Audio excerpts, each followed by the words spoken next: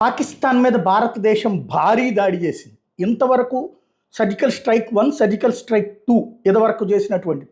ఈ దఫా ఏకంగా మిస్సైల్స్తో దాడి చేసింది. అది కూడా పాకిస్తాన్ లోపల ఉన్నటువంటి పీఓజేకే, పాక్ ఆక్యుపైడ్ జమ్మూ కాశ్మీర్లో ఉన్నటువంటి ఉగ్రవాద శిబిరాలతో పాటుగా పాకిస్తాన్ లోపల ఉన్నటువంటి ఉగ్రవాద శిబిరాల మీద కూడా భారీ దాడి చేసింది. పీఓకేలోని కోట్లీ, ముజఫరాబాద్, బహవల్పూర్లో భారత ఆర్మీ దాడులు చేసిందని పాకిస్తాన్ ఆర్మీ కూడా ధృవీకరించింది.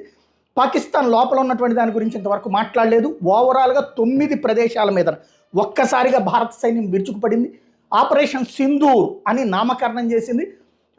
దీన్ని ఏమంటారు అంటే వాస్తవంగా యుద్ధ తంత్రంలో ఒక వ్యూహం ఉంటుంది. ఆ వ్యూహం సర్ప్రైజ్ ఎలిమెంట్, ఎదుటివాడు ఊహించని సందర్భంలో ఒక్కసారిగా విరుచుకుపడటం అన్నటువంటిది అదే జరిగింది. వాస్తవంగా సర్జికల్ స్ట్రైక్ 1 మనం ఎక్కడ చేస్తామో తెలియక వాళ్ళు చూసినటువంటి సందర్భంలో ఒక్కసారిగా